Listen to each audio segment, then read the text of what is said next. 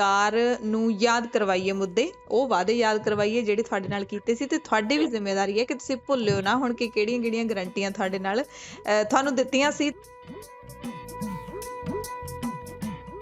ਇੱਕ ਮਤਲਬ ਬਦਲਾਅ ਦੀ ਨੇਰੀ ਚੱਲੀ ਹੈ। ਰਾਦਰ ਬਦਲਾਅ ਨਾਲੋਂ ਵੀ ਬਦਲਾ ਲਊ ਕਹਿ ਦਈਏ ਵਧੀਆ ਸੀ।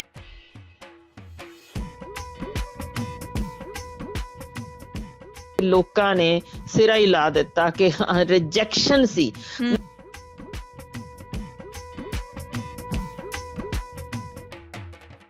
ਕਿ ਸਾਨੂੰ ਨਹੀਂ ਸੀ ਪਤਾ ਕੌਣ ਹੈ ਖੜਾ, ਸਾਨੂੰ ਇਹ ਪਤਾ ਸੀ ਕਿ ਅਸੀਂ ਬਾਦਲ ਨੂੰ ਨਹੀਂ ਪਾਣੀ, ਸਾਨੂੰ ਇਹ ਪਤਾ ਸੀ ਅਸੀਂ ਕੈਪਟਨ ਨੂੰ ਨਹੀਂ ਪਾਣੀ, ਬਸ ਇੰਨਾ ਹੀ ਪਤਾ ਸੀ। 117 ਦੇ 117 ਦੇ ਵਿੱਚੋਂ ਜੇ ਆਪਾਂ 92 ਵਿਧਾਇਕ ਦੇਖ ਲਈਏ ਤਾਂ ਆਪਾਂ ਇਹ ਕਹਿ ਨਹੀਂ ਸਕਦੇ ਠੋਕ ਵਜਾ ਕੇ ਕਿ ਸਾਰੇ ਇਮਾਨਦਾਰ ਹੀ ਹੋਣਗੇ। ਪਹਿਲੀ ਆਵਾਜ਼ ਜਿਹੜੀ ਉੱਠੀ ਕਿ ਜੀ ਇੰਨਾ ਖਰਚਾ ਕਿਉਂ ਕੀਤਾ ਗਿਆ ਉਸ ਥਾਂ ਤੇ, ਰੋਡ ਸ਼ੋਅ ਤੇ।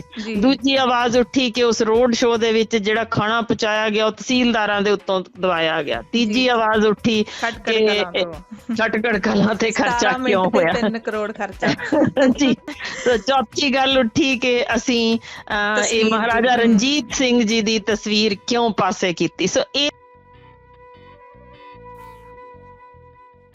ਕਿ ਠੱਗਾਂ ਤੇ ਪਹਿਲਾਂ ਆਪਣਾ ਵਾਰ ਸ਼ੁਰੂ ਕਰੋ ਜਿਨ੍ਹਾਂ ਨੇ ਅਸਲ ਪੰਜਾਬ ਨੂੰ ਡੋਬਣ ਦੇ ਰਾਹ ਤੋਰਿਆ ਸੀ। ਕਿਸੇ ਵੀ ਸਰਕਾਰ ਨੂੰ ਨੱਥ ਪਾਉਣ ਲਈ ਆਪੋਜੀਸ਼ਨ ਪਾਰਟੀ ਦੀ ਇਸ ਵਾਰ ਤਗੜੀ ਕਮੀ ਹੈ।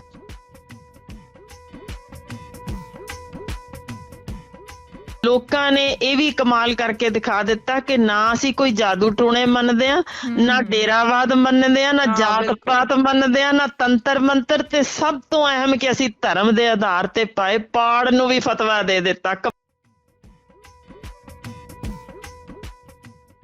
ਸਤਿ ਸ਼੍ਰੀ ਅਕਾਲ ਜੀ। ਦਾ ਖਾਲਸ ਟੀਵੀ ਦੇਖਣ ਵਾਲੇ ਦੇਸ਼ ਦੁਨੀਆ ਦੇ ਸਾਡੇ ਸਾਰੇ ਦਰਸ਼ਕਾਂ ਦਾ ਬਹੁਤ-ਬਹੁਤ ਸਵਾਗਤ ਹੈ। ਮੈਂ ਤੁਹਾਡੇ ਸਭ ਨਾਲ ਹਰਸ਼ਰਨ ਕੌਰ, ਤੇ ਅੱਜ ਸਾਡੇ ਨਾਲ ਸਾਡੇ ਖਾਸ ਮਹਿਮਾਨ ਜੁੜਨਗੇ ਡਾਕਟਰ ਹਰਸ਼ਿੰਦਰ ਕੌਰ ਜੀ, ਜਿਹੜੇ ਕਿ ਬੱਚਿਆਂ ਦੇ ਰੋਗਾਂ ਦੇ ਮਾਹਿਰ ਨੇ, ਸਮਾਜ ਸੇਵੀ ਨੇ, ਬੜੇ ਕੰਮ ਕਰਦੇ ਨੇ, ਤੇ ਸਭ ਤੋਂ ਵੱਡੀ ਗੱਲ ਹੈ ਜਿਹੜੀ ਉਹ ਆਪਾਂ ਨੂੰ ਸਮੇਂ-ਸਮੇਂ ਤੇ ਸਮਝਾਉਂਦੇ ਰਹਿੰਦੇ ਨੇ, ਪੰਜਾਬ ਦੇ ਲਈ ਵਿਲਕਦੇ ਰਹਿੰਦੇ ਨੇ। ਇਹ ਸ਼ਬਦ ਮੈਂ ਜ਼ਰੂਰ ਵਰਤੂੰਗੀ ਇਸ ਕਰਕੇ ਕਿਉਂਕਿ ਕਈ ਵਾਰੀ ਏਦਾਂ ਹੋ ਜਾਂਦਾ ਕਿ ਬੋਲਦੇ ਰਹਿੰਦੇ ਨੇ ਪਰ ਕੋਈ ਹੁੰਦਾ ਕਿ ਕਈ ਵਾਰੀ ਆਪਾਂ ਮੰਨਦੇ ਨਹੀਂ ਹੈਗੇ ਗੱਲਾਂ, ਹਨਾ, ਫਿਰ ਥੋੜਾ ਦੁਖੀ ਵੀ ਹੁੰਦੇ ਨੇ। ਸੋ ਖੈਰ ਅੱਜ ਦਿਨ ਹੈਗਾ ਜਿਹੜਾ ਆਪਾਂ ਕਹਿ ਸਕਦੇ ਹਾਂ ਕਿ ਚੰਗੇ ਦਿਨ ਹੁਣ ਚੜੇ ਨੇ। ਲੋਕ ਕਹਿ ਰਹੇ ਨੇ ਕਿ ਅਸੀਂ ਆਪਣੀ ਮਰਜ਼ੀ ਦੇ ਨਾਲ ਸਰਕਾਰ ਲੈ ਕੇ ਆਏ ਹਾਂ, ਆਮ ਆਦਮੀ ਪਾਰਟੀ ਦੀ ਸਰਕਾਰ ਨੂੰ ਬਹੁਮਤ ਦੇ ਨਾਲ ਜਿਤਾਇਆ ਗਿਆ।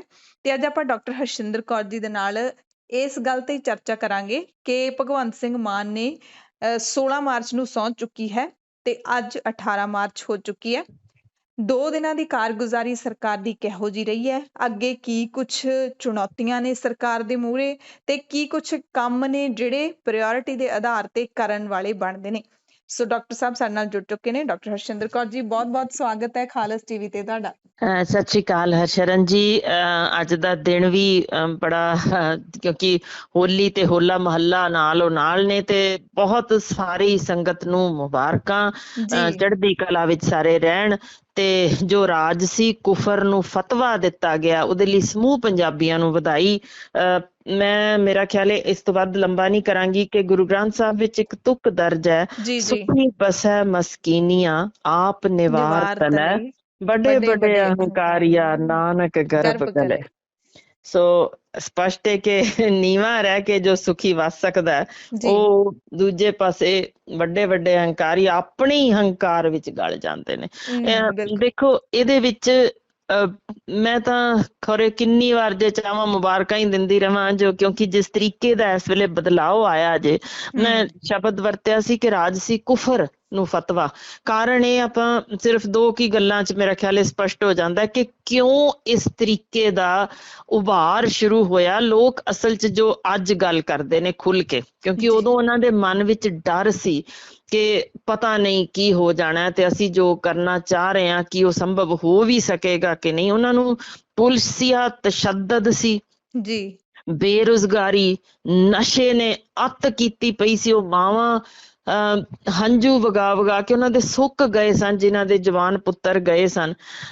ਝੂਠੇ ਕੇਸਾਂ ਤਹਿਤ ਅੰਦਰ ਜਿਹੜੇ ਦੱਬੇ ਪਏ ਲੋਕ, ਮਹਿੰਗਾਈ ਨੇ ਹੱਦ ਹੀ ਲਾ ਛੱਡੀ ਸੀ ਤੇ ਆਪਣੀ ਕੁੱਖੋਂ ਜੰਮਿਆਂ ਨੂੰ ਵਤਨੋਂ ਪਾਰ ਦੂਰ ਦੁਰੇਡੇ ਤੋਰ ਦੇਣਾ। ਫਿਰ ਉਹ ਆਸਾਂ ਤੇ ਉਡੀਕਦੇ ਰਹਿਣਾ ਆਏਗਾ ਕੋਈ, ਤੇ ਉੱਥੇ ਪਰਲੇ 7 ਸਮੁੰਦਰੋਂ ਪਾਰ ਬੈਠਿਆਂ ਦੇ ਵੀ ਕਿਵੇਂ ਉਹਨਾਂ ਦਾ ਡੋਲ ਡੋਲ ਪੈਂਦਾ ਸੀ ਦਿਲ ਕਿ ਹਾਏ ਸਾਡਾ ਪੰਜਾਬ। ਸੋ ਇਹ ਸਾਰੀ ਸੀ ਜਿਸ ਨੇ ਬਲਦੀ ਉੱਤੇ ਤੇਲ ਪਾਉਣ ਦਾ ਕੰਮ ਕੀਤਾ ਕਿ ਲੋਕਾਂ ਨੇ ਸਿਰਾ ਹੀ ਲਾ ਦਿੱਤਾ ਕਿ ਰਿਜੈਕਸ਼ਨ ਸੀ। ਮੈਂ ਇੱਕ ਬਹੁਤ ਅਹਿਮ ਗੱਲ ਕਰਨਾ ਚਾਹੁੰਦੀ ਹਾਂ, ਕਿਉਂਕਿ ਸਾਡੇ ਚੁਣੇ ਜਾ ਚੁੱਕੇ ਬਹੁਤ, ਅਸੀਂ ਤਾਂ ਕਿਉਂਕਿ ਆਪ ਚੁਣੇ ਨੇ ਤੇ ਜਿਨ੍ਹਾਂ ਥਾਵਾਂ ਤੇ ਸਿਰਾਂ ਤੇ ਤਾਜ ਦੇ ਉੱਤੇ ਬਿਠਾਇਆ, ਸੋ ਉਹਨਾਂ ਨੂੰ 2-3 ਜੇ ਗੱਲਾਂ ਧਿਆਨ ਰੱਖਣ ਕਿ ਇਸ ਵਾਰ ਦੀ ਵੋਟਿੰਗ ਹੋਈ ਹੈ, ਜੇ ਅੱਜ ਦੇ ਦਿਨ ਗੱਲ ਕਰੋ, ਲੋਕ ਹੀ ਬੋਲਦੇ ਨੇ, ਔਨ ਏਅਰ ਵੀ ਬੋਲਦੇ ਨੇ, ਟੀਵੀ ਸਾਹਮਣੇ ਵੀ ਬੋਲਦੇ ਨੇ ਕਿ ਸਾਨੂੰ ਨਹੀਂ ਸੀ ਪਤਾ ਕੌਣ ਹੈ ਖੜਾ। ਸਾਨੂੰ ਇਹ ਪਤਾ ਸੀ ਕਿ ਅਸੀਂ ਬਾਦਲ ਨੂੰ ਨਹੀਂ ਪਾਣੀ, ਸਾਨੂੰ ਇਹ ਪਤਾ ਸੀ ਅਸੀਂ ਕੈਪਟਨ ਨੂੰ ਨਹੀਂ ਪਾਣੀ, ਬਸ ਇੰਨਾ ਹੀ ਪਤਾ ਸੀ। ਬਿਲਕੁਲ ਇੱਕ ਮਤਲਬ ਬਦਲਾਅ ਦੀ ਨੇਰੀ ਚੱਲੀ ਹੈ। ਰਾਦਰ ਬਦਲਾਓ ਨਾਲੋਂ ਵੀ ਬਦਲਾ ਲਊ ਕਹਿ ਦਈਏ ਵਧੀਆ ਸੀ, ਕਿਉਂਕਿ ਇਹ ਇੱਕ ਰਿਜੈਕਸ਼ਨ ਦੀ ਵੋਟ ਸੀ ਤੇ ਅਸੀਂ ਉਹ ਰਿਜੈਕਟ ਕੀਤੇ ਨੇ। ਹੁਣ ਇਹ ਇਸ ਕਰਕੇ ਸ਼ਬਦ ਮੈਂ ਬੋਲਿਆ ਕਿ ਲੋਕ ਜੋ ਮੈਂ ਹੀ ਹੁਣ ਸੁਣੇ, ਰੋਜ਼ ਪ੍ਰੋਗਰਾਮ ਚੱਲਦੇ ਨੇ, ਇੱਕ ਕਹਿੰਦਾ ਕਿ ਅਸੀਂ ਰਾਜੇ ਦਾ ਗਰੂਰ ਤੋੜਨਾ ਸੀ, ਯਾਨੀ ਇਹੋ ਜਿਹੇ ਸ਼ਬਦ ਬੋਲਦੇ ਨੇ ਕਿ ਅਸੀਂ ਪਰਿਵਾਰਵਾਦ ਨੂੰ ਪੰਜਾਬ ਚੋਂ ਖਤਮ ਕਰਨਾ, ਅਸੀਂ ਰਵਾਇਤੀ ਪਾਰਟੀਆਂ ਨੂੰ ਢਾਣਾ, ਉਹਨਾਂ ਨੇ ਆਪਣੇ ਹੀ ਟੱਬਰਾਂ ਨੂੰ ਸਰਕਾਰੀ ਅਹੁਦਿਆਂ ਤੇ ਬਿਠਾਇਆ। ਲੋਕ ਇਸ ਹੱਦ ਤੱਕ ਬੋਲ ਪਏ ਕਿ ਭਾਵੇਂ ਕੋਈ ਚੋਰ ਜਿੱਤ ਜਾਏ ਪਰ ਇਹ ਠੱਗਾਂ ਨੂੰ ਧੂੜ ਚਟਾਉਣੀ ਹੈ। ਇਹ ਸ਼ਬਦ ਬੋਲੇ ਨੇ ਲੋਕ। ਬਿਲਕੁਲ, ਔਰ ਜ਼ਾਹਿਰ ਤੌਰ ਤੇ ਡਾਕਟਰ ਸਾਹਿਬ ਇਹ ਹੈਗਾ ਵੀ ਹੈ। ਹੁਣ ਜੇ 117 ਦੇ ਵਿੱਚੋਂ ਜੇ ਆਪਾਂ 92 ਵਿਧਾਇਕ ਦੇਖ ਲਈਏ ਤਾਂ ਆਪਾਂ ਇਹ ਕਹਿ ਨਹੀਂ ਸਕਦੇ ਠੋਕ ਵਜਾ ਕੇ ਕਿ ਸਾਰੇ ਇਮਾਨਦਾਰ ਹੀ ਹੋਣਗੇ। ਤੁਹਾਡੀ ਗੱਲ ਬਿਲਕੁਲ ਸਹੀ ਹੈ ਕਿ ਲੋਕਾਂ ਨੇ ਕਿਹਾ ਕਿ ਅਸੀਂ ਜਿਹੜਾ ਹੈਗਾ ਉਹਨਾਂ ਨੂੰ ਨਹੀਂ ਜਿਤਾਉਣਾ ਸੀ, ਤਾਂ ਫਿਰ ਤੀਜੇ ਨੂੰ ਵੋਟਾਂ ਪਾਉਣੀਆਂ ਸੀ, ਚਾਹੇ ਉਹ ਕੋਈ ਵੀ ਹੁੰਦਾ। ਬਿਲਕੁਲ। ਹੁਣ ਦੇਖੋ, ਜੋ ਤੁਸੀਂ ਅਗਾਊਂ ਕਹਿ ਰਹੇ ਹੋ ਕਿ ਜਿਹੜੇ ਕੁਝ ਸ਼ੁਰੂਆਤੀ ਸਮੇਂ ਜੋ ਚੀਜ਼ਾਂ ਜਿਸ ਤੇ ਲੋਕਾਂ ਨੇ ਵਿਰੋਧ ਕੀਤਾ, ਕਿਉਂਕਿ ਦੇਖੋ 1 ਜਾਂ 2 ਜਾਂ 3 ਦਿਨ ਕੁਛ ਹੁੰਦਾ ਹੀ ਨਹੀਂ ਕਿਸੇ ਅਜਿਹੀ ਪਾਰਟੀ ਨੇ ਜਿਸਨੇ 5 ਸਾਲ ਵਿੱਚ ਇੱਕ ਬਦਲਾਓ ਲਈ ਕੰਮ ਕਰਨਾ, ਜਿਸਨੇ ਦਿੱਲੀ ਵਿੱਚ ਵਿਖਾ ਦਿੱਤਾ ਕਿ ਅਸੀਂ ਆਹ ਕੁਛ ਕਰ ਸਕਦੇ ਹਾਂ। ਹੁਣ ਉਹਨਾਂ ਨੂੰ ਅਸੀਂ ਸੁਝਾਅ ਦੇਣ ਵਾਲੇ ਕੋਈ ਵੀ ਨਹੀਂ। ਗੱਲ ਸਿਰਫ ਇਹ ਸੀ ਕਿ ਉਹਨਾਂ ਦੇ ਕੰਨਾਂ ਤਾਈਂ ਜਾਂ ਸਾਡੇ ਵਿੱਚੋਂ ਹੀ ਜੋ ਸਪੋਰਟ ਜਿਨ੍ਹਾਂ ਨੇ ਕੀਤੀ, ਸਭਨਾਂ ਨੂੰ ਇੰਨੀਆਂ ਕੁ ਗੱਲਾਂ ਧਿਆਨ ਵਿੱਚ ਰੱਖੀਏ ਕਿ ਜਿਹੜੇ ਬੈਠੇ ਨੇ ਵਿਰੋਧੀ, ਉਹ ਕੋਈ ਵੀ ਮੌਕਾ ਖੁੰਝਾਉਣਗੇ ਨਹੀਂ ਕਿ ਇਹਨਾਂ ਨੂੰ ਕਿਸ ਤਰੀਕੇ ਹੇਠਾਂ ਢਾਈਏ। ਵੀ ਨਹੀਂ ਰਹੇ, 3 ਚਾਂਸ ਹੋ ਚੁੱਕੇ ਨੇ 3 ਦਿਨਾਂ ਦੇ ਵਿੱਚ। ਬਿਲਕੁਲ, ਕਿਉਂਕਿ ਦੇਖੋ ਪਹਿਲੀ ਆਵਾਜ਼ ਜਿਹੜੀ ਉੱਠੀ ਕਿ ਜੀ ਇੰਨਾ ਖਰਚਾ ਕਿਉਂ ਕੀਤਾ ਗਿਆ ਉਸ ਥਾਂ ਤੇ, ਰੋਡ ਸ਼ੋਅ ਤੇ। ਦੂਜੀ ਆਵਾਜ਼ ਉੱਠੀ ਕਿ ਉਸ ਰੋਡ ਸ਼ੋਅ ਦੇ ਵਿੱਚ ਜਿਹੜਾ ਖਾਣਾ ਪਹੁੰਚਾਇਆ ਗਿਆ ਉਹ ਤਹਿਸੀਲਦਾਰਾਂ ਦੇ ਉੱਤੋਂ ਦਵਾਇਆ ਗਿਆ। ਤੀਜੀ ਆਵਾਜ਼ ਉੱਠੀ ਕਿ ਖਟਕੜ ਕਲਾਂ ਤੇ ਖਰਚਾ ਕਿਉਂ ਹੋਇਆ, 3 ਕਰੋੜ ਖਰਚਾ ਜੀ। ਚੌਥੀ ਗੱਲ ਉੱਠੀ ਕਿ ਅਸੀਂ ਇਹ ਮਹਾਰਾਜਾ ਰਣਜੀਤ ਸਿੰਘ ਜੀ ਦੀ ਤਸਵੀਰ ਕਿਉਂ ਪਾਸੇ ਕੀਤੀ। ਸੋ ਇਹ ਤਾਂ ਨੇ ਜੋ ਵਿਰੋਧੀ ਪਾਰਟੀਆਂ ਵੱਲੋਂ ਉੱਠਦੀਆਂ ਆਵਾਜ਼ਾਂ ਸੀ। ਪਰ ਜੋ ਅੱਜ ਗੱਲ ਕਰੀਏ ਕਿ ਜੋ ਸਿਆਣੇ ਲੋਕ ਨੇ, ਜੋ ਸੂਝਵਾਨ ਨੇ, ਜਿਨ੍ਹਾਂ ਨੇ ਉਮਰ ਗਾਲੀ ਹੈ ਪੰਜਾਬ ਵਾਸਤੇ, ਉਹਨਾਂ ਦੇ ਜੋ ਸੁਝਾਅ ਕੁਝ ਅਖਬਾਰਾਂ ਵਿੱਚ ਸੀ, ਕੁਝ ਜਿਹੜੇ ਇਸ ਵੇਲੇ ਦੇ ਰਸਾਲਿਆਂ ਨਵਿਆਂ 'ਚ ਛਪੇ, ਜਾਂ ਜਿਨ੍ਹਾਂ ਨੇ ਕੁਛ ਆਪਣੇ ਹੀ ਫੇਸਬੁੱਕਾਂ ਤੇ ਜੋ ਪੁਆਇੰਟਸ ਚੁੱਕੇ, ਆਪਾਂ ਸਿਰਫ ਉਹ ਜੇ ਸਾਂਝੇ ਕਰ ਦਈਏ ਕਿਉਂਕਿ ਉਹ ਸਾਰੇ ਉਹ ਨੇ ਜਿਨ੍ਹਾਂ ਨੂੰ ਲਾਲਚ ਨਹੀਂ ਹੈ ਕਿਸੇ ਰਾਜਸੀ ਗੱਦੀ ਦਾ, ਸਿਰਫ ਪੀੜ ਪੰਜਾਬ ਦੀ ਹੈ। ਜੀ ਜੀ ਬਿਲਕੁਲ। ਬਿਲਕੁਲ, ਉਹਨਾਂ ਨੇ ਕਿਹਾ ਦੇਖੋ ਗਰੂਰ ਦੀ ਗੱਲ ਹੋਈ, ਪਰਿਵਾਰਵਾਦ ਦੀ ਗੱਲ ਹੋਈ, ਜਿਹੜੀ ਰਿਜੈਕਸ਼ਨ ਦਾ ਕਾਰਨ ਸੀ। ਸੋ ਪਹਿਲੀ ਚੀਜ਼ ਜੋ ਕਿ ਇਸ ਵੇਲੇ ਇੱਕਦਮ ਜਿਸ ਤੇ ਸਰਕਾਰੀ ਕਰਮਚਾਰੀ ਭੜਕੇ ਸਨ, ਉਹ ਇਹ ਕਿ ਹਲਕਾ ਗਰੂਰ ਦਿਸਿਆ। ਸ਼ਾਇਦ ਨਵੇਂ ਸਨ ਜਿਨ੍ਹਾਂ ਨੂੰ ਪਤਾ ਨਹੀਂ ਸੀ, ਸੋ ਜੋ ਸ਼ਬਦਾਵਲੀ ਬੋਲੀ ਗਈ ਉਹ ਸ਼ਾਇਦ ਢੁਕਵੀਂ ਨਹੀਂ ਸੀ, ਤੇ ਜਿਸ ਤਰੀਕੇ ਦਾ ਦੇਖ ਲਵਾਂਗੇ, ਚਕਾ ਦੇਵਾਂਗੇ, ਇਹੋ ਜਿਹੀ ਸ਼ਬਦਾਵਲੀ ਤੋਂ ਗੁਰੇਜ਼ ਕਰਨ ਦੀ ਲੋੜ ਏ। ਸਹਿਜ ਪਕੇ ਸੋ ਮਿੱਠਾ ਹੋਏ। ਤਬਦੀਲੀ ਜੇ 25 ਸਾਲ ਤੱਕ ਰੱਖਣੀ ਹੈ ਤਾਂ ਫਿਰ ਠਰਮੇ ਨਾਲ ਚੱਲਣ ਵਿੱਚ ਹੀ ਸਿਆਣਪ ਹੁੰਦੀ ਜੇ। ਤੇ ਜਿਸ ਤਰੀਕੇ ਦੀ ਗੱਲ ਕੀਤੀ ਗਈ ਸੀ ਕਿ ਜੋ ਅਸਲ ਠੱਗ ਨੇ। ਸ਼ਬਦ ਮੈਂ ਆਪਣਾ ਯਕੀਨ ਜਾਣਿਓ ਨਾ ਤੁਹਾਡਾ ਹੋਏਗਾ ਕੋਈ ਨਾ ਮੇਰਾ, ਕਿਉਂਕਿ ਇਹ ਛਪੀਆਂ ਹੋਈਆਂ ਨੇ ਅਖਬਾਰਾਂ ਵਿੱਚ ਵੀ ਤੇ ਫੇਸਬੁੱਕਾਂ ਤੇ ਨੇ। ਉਹਨਾਂ ਨੇ ਕਿਹਾ ਜੋ ਸੂਝਵਾਨ ਲੋਕਾਂ ਨੇ ਕਿ ਭਈ ਪਹਿਲੀ ਚੀਜ਼ ਕਿ ਠੱਗਾਂ ਤੇ ਪਹਿਲਾਂ ਆਪਣਾ ਵਾਰ ਸ਼ੁਰੂ ਕਰੋ ਜਿਨ੍ਹਾਂ ਨੇ ਅਸਲ ਪੰਜਾਬ ਨੂੰ ਡੋਬਣ ਦੇ ਰਾਹ ਤੋਰਿਆ ਸੀ। ਸੋ ਪਹਿਲਾਂ ਤਾਂ ਵੱਡੇ ਵੱਡੇ ਠੱਗ ਫੜੇ ਜਾਣ।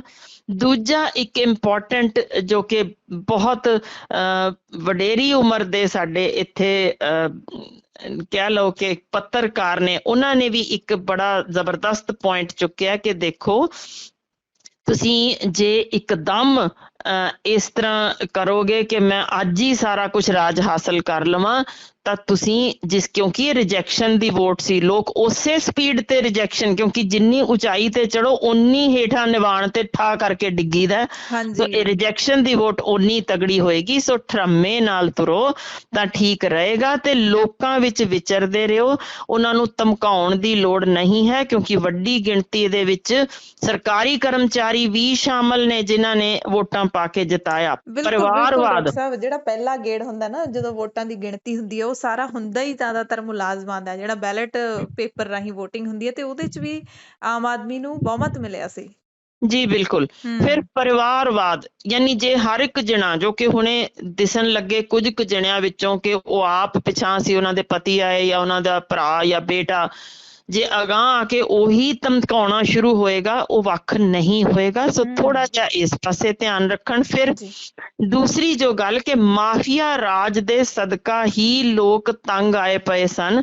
ਜੇ ਮਾਫੀਆ ਰਾਜ ਤੇ ਠੱਲ ਨਾ ਪਾਈ ਗਈ ਆ, ਉਹਨਾਂ ਨੂੰ ਢਿੱਲ ਦਿੱਤੀ ਰੱਖੀ, ਜਿਹੜੇ ਕਿ ਲੋਕ ਇਸ ਵੇਲੇ ਪ੍ਰੂਵ ਹੋ ਚੁੱਕੇ ਨੇ ਸਿਆਸਤਦਾਨ ਇਹਦੇ ਵਿੱਚ ਸ਼ਾਮਲ ਸਨ, ਜੇ ਉਹਨਾਂ ਤੇ ਕੋਈ ਐਕਸ਼ਨ ਨਹੀਂ ਹੁੰਦਾ ਤਾਂ ਇਹ ਹੌਲੀ ਹੌਲੀ ਲੋਕਾਂ ਦਾ ਜਿਹੜਾ ਜੁੜੇ ਹੋਏ ਸਨ ਇਸ ਤੋਂ ਤਿੜਕ ਜਾਣਗੇ। ਕਿਉਂਕਿ ਦਿੱਲੀ ਤੇ ਇੱਥੇ ਦਾ ਦੋ ਚੀਜ਼ਾਂ 'ਚ ਬਹੁਤ ਫਰਕ ਜੇ।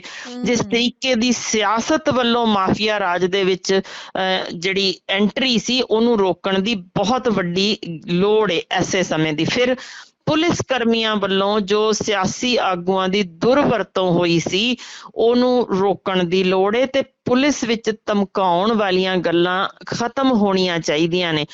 ਝੂਠੇ ਕੇਸ ਜਿਨ੍ਹਾਂ ਤੇ ਪਏ ਸੀ ਉਹ ਜੇ ਰੱਦ ਕੀਤੇ ਜਾਣ ਤਾਂ ਲੋਕਾਂ ਨੂੰ ਸੁੱਖ ਦਾ ਸਾਹ ਆਏਗਾ ਤੇ ਲੋਕ ਦੁਆਵਾਂ ਦੇਣਗੇ। ਹੁਣ ਜਿਹੜੀ ਇੱਕ ਹੋਰ ਬਹੁਤ ਅਹਿਮ ਗੱਲ ਹੈ ਕਿ ਦੇਖੋ ਸਿਆਸੀ ਆਗੂਆਂ ਵੱਲੋਂ ਜਿਵੇਂ ਪਹਿਲਾਂ ਜਿਹੜੇ ਸਰਕਾਰੀ ਕਰਮਚਾਰੀ ਸੀ ਉਹਨਾਂ ਤੋਂ ਘਰਾਂ ਦੇ ਕੰਮ ਕਰਾਏ ਜਾਂਦੇ ਸਨ, ਇਹਦੇ 'ਚ ਕੋਈ ਲੁਕਾਰ ਨਹੀਂ ਹੈ ਕਿ ਜੇ ਅਰਦਲੀ ਉੱਥੇ ਹੈ ਜਾਂ ਸਫਾਈ ਸੇਵਕ ਉੱਥੇ ਹੈ ਜਾਂ ਮਾਲੀ ਉੱਥੇ ਲੱਗਿਆ ਤਾਂ ਮੈਂ ਉਸ ਮਾਲੀ ਦੇ ਵੀ ਨਾਲ ਆਪਣੇ ਵੀਰ ਨਾਲ ਖੜੀ ਹਾਂ ਜਿਹਨਾਂ ਨੂੰ ਮੈਂ ਆਪ ਅੱਖੀਂ ਦੇਖਿਆ ਕਿ ਉਹ ਅਫਸਰਾਂ ਦੇ ਘਰਾਂ ਵਿੱਚ ਕੰਮ ਕਰਨ ਜਾ ਰਹੇ ਸਨ। ਬਿਲਕੁਲ ਇੰਝ ਹੀ ਸਫਾਈ ਕਰਮਚਾਰੀਆਂ ਨੂੰ ਜਬਰੀ ਉੱਧਰ ਲਾਣਾ ਜਾਂ ਇਸ ਕੰਮ ਤੇ ਤੁਰੰਤ ਸਟ੍ਰਿਕਟਲੀ ਰੋਕ ਲੱਗਣ ਦੀ ਲੋੜ ਹੈ ਕਿ ਉਹਨਾਂ ਨੂੰ ਆਪੋ ਆਪਣੇ ਕੰਮਾਂ ਤੇ ਕਰਨ ਦਿਓ ਕੰਮ। ਫਿਰ ਜਿਹੜੀ ਇੱਕ ਹੋਰ ਅਹਿਮ ਗੱਲ ਸੀ ਕਿ ਸਕੂਲਾਂ ਦੀਆਂ ਜੋ ਖਾਲੀ ਅਧਿਆਪਕਾਂ ਦੀਆਂ ਅਸਾਮੀਆਂ ਨੇ ਪਹਿਲਾਂ ਉਹਦੇ ਉੱਤੇ ਧਿਆਨ ਦੇਣ ਦੀ ਲੋੜ ਹੈ, ਨਾ ਕਿ ਸਕੂਲਾਂ ਦੇ ਵਿੱਚ ਜਾ ਕੇ ਅਸੀਂ ਧਮਕਾਉਣ ਦੀ ਕੋਸ਼ਿਸ਼ ਕਰੀਏ ਕਿ ਜਿਹੜੀ ਥੋੜੇ ਟੀਚਰ ਵੀ ਕੰਮ ਕਰ ਰਹੇ ਨੇ ਉਹ ਐਨ ਮਾਸ ਰਿਜ਼ਾਈਨ ਕਰ ਜਾਣ ਜਾਂ ਜਿਵੇਂ ਇੱਕਦਮ ਭੜਕੇ ਸਨ ਸਾਰੇ ਸਫਾਈ ਕਰਮਚਾਰੀ ਵੀ ਤੁਸੀਂ ਇੰਝ ਸ਼ੁਰੂ ਹੋਇਓ ਤਾਂ ਅਸੀਂ ਸਾਰੇ ਹੀ ਜਾਣੇ ਆ ਕਰਾ ਲਓ ਕੰਮ। ਏਦਾਂ ਦਾ ਪਿਆਰ ਮੁਹੱਬਤ ਹੱਲਾ ਸ਼ੇਰੀ ਨਾਲ, ਕਿਉਂਕਿ ਲੋਕ ਅੱਕੇ ਬੈਠੇ ਨੇ, ਉਹਨਾਂ ਦੀ ਸੋਚ ਸਮਝਣ ਦੀ ਕੋਸ਼ਿਸ਼ ਕਰੀਏ, ਉਹ ਤੰਗ ਆਏ ਹੋਏ ਸਨ। ਬਿਲਕੁਲ। ਔਰ ਇਹ ਗੱਲ ਸਮਝਣ ਦੀ ਮੈਨੂੰ ਲੱਗਦਾ ਸਰਕਾਰ ਨੂੰ ਬਹੁਤ ਲੋੜ ਹੈ ਕਿ ਪੰਜਾਬ ਦੇ ਜਿਹੜੇ ਨਾਗਰਿਕ ਨੇ ਉਹਨਾਂ 'ਚ ਹਰ ਵਰਗ ਆਉਂਦਾ ਹੈ। ਉਹਨਾਂ ਦੇ ਵਿੱਚ ਇਕੱਲੇ ਬੇਰੁਜ਼ਗਾਰ ਨਹੀਂ ਆਉਂਦੇ, ਉਹਨਾਂ ਦੇ ਵਿੱਚ ਇਕੱਲੇ ਪਿੰਡਾਂ ਦੇ ਲੋਕ ਨਹੀਂ ਆਉਂਦੇ, ਮੁਲਾਜ਼ਮ ਵੀ ਆਉਂਦੇ ਨੇ, ਅਫਸਰ ਵੀ ਆਉਂਦੇ ਨੇ, ਪੁਲਿਸ ਵੀ ਆਉਂਦੀ ਹੈ, ਡਾਕਟਰ, ਮਤਲਬ ਹਰ ਵਰਗ ਆਉਂਦਾ ਤੇ ਉਹ ਲੀਡਰ ਵੀ ਆਉਂਦੇ ਨੇ ਜਿਨ੍ਹਾਂ ਨੂੰ ਉਹਨਾਂ ਨੇ ਹਰਾਇਆ। ਸੋ ਸਾਰਿਆਂ ਨੂੰ ਇੱਕੋ ਨਜ਼ਰ ਨਾਲ ਸ਼ਾਇਦ ਦੇਖਣਾ ਪਊਗਾ। ਬਿਲਕੁਲ। ਫਿਰ ਦੇਖੋ ਜਿਹੜੀ ਬਿਊਰੋਕ੍ਰੇਸੀ ਦਾ ਕੰਮ ਸੀ, ਮੈਂ ਬਹੁਤ ਅਹਿਮ ਨੁਕਤਾ ਚੁੱਕਣ ਲੱਗੀਆਂ। ਲੋਕ ਕਿਉਂ ਅੱਕੇ ਪਏ ਸੀ, ਮੂੰਹ ਮੋੜੀ ਬੈਠੇ ਸਨ ਕਿ ਪਹਿਲਾਂ ਤਾਂ ਸਿਆਸਤਦਾਨ ਆਪ ਘਿਰ ਜਾਂਦੇ ਨੇ ਆਪਣੇ ਸਿਆਸੀ ਹੋਰ ਸਾਥੀਆਂ ਨਾਲ, ਫਿਰ ਵਿੱਚ ਇਹਨਾਂ ਨੂੰ ਸਲਾਹਕਾਰ ਘੇਰ ਲੈਂਦੇ ਨੇ, ਤੀਜਾ ਘੇਰਾ ਹੁੰਦਾ ਇੱਕ ਪੁਲਿਸ ਕਰਮੀਆਂ ਦਾ ਜੋ ਭੇਦ ਨਹੀਂ ਸਕਦੇ, ਤੇ ਚੌਥਾ ਜੋ ਹਿਸਾਬ ਕਿਤਾਬ ਹੁੰਦਾ ਕਿ ਉਹ ਸਿਆਸੀ ਆਗੂਆਂ ਦਾ ਸੁਨੇਹਾ ਜੋ ਆਮ ਜਨਤਾ ਤੱਕ ਪਹੁੰਚਣਾ ਹੁੰਦਾ, ਉਹਦੇ ਵਿੱਚ ਇਹ ਜੋ ਸਾਡੇ ਇਸ ਵੇਲੇ ਜੋ ਹੁਣ ਬਿਊਰੋਕ੍ਰੇਸੀ ਨੇ ਇੱਕ ਅਜੀਬ ਕਿਸਮ ਦਾ ਜੰਗਲਾ ਖੜਾ ਕਰ ਦਿੱਤਾ ਸੀ, ਜਿਹੜੇ ਹਰ ਵੇਲੇ ਹੀ ਜਦੋਂ ਜਾਓ ਸਾਹਿਬ ਅੱਜ ਹੈ ਨਹੀਂ, ਸਾਹਿਬ 11 ਵਜੇ ਆਣਗੇ, ਸਾਹਿਬ 12 ਵਜੇ ਚਲੇ ਜਾਣਗੇ, ਯਾਨੀ ਉਹ ਜੋ ਚੀਜ਼ ਸ਼ੁਰੂ ਕੀਤਾ ਹੋਇਆ ਸਿਸਟਮ ਸੀ ਉਹਨੂੰ ਨੱਥ ਪਾਉਣ ਦੀ ਲੋੜ ਏ, ਤਾਂ ਕਿ ਜੋ ਸਰਕਾਰ ਨੇ ਚੰਗੇ ਫੈਸਲੇ ਕਰਨੇ ਨੇ ਉਹਦੇ ਵਿੱਚ ਕਿੰਤੂ ਪ੍ਰੰਤੂ ਕਰਨ ਲਈ ਜਾਂ ਰੋਕ ਲਾਉਣ ਲਈ ਜਾਂ ਇੱਕ ਵੱਡੀ ਪੱਧਰ ਤੇ ਜੋ ਸਰਕਾਰੀ ਮੁਲਾਜ਼ਮਾਂ ਨੂੰ ਵੀ ਜਾਂ ਆਮ ਜਨਤਾ ਨੂੰ ਕੋਰਟਾਂ ਦੇ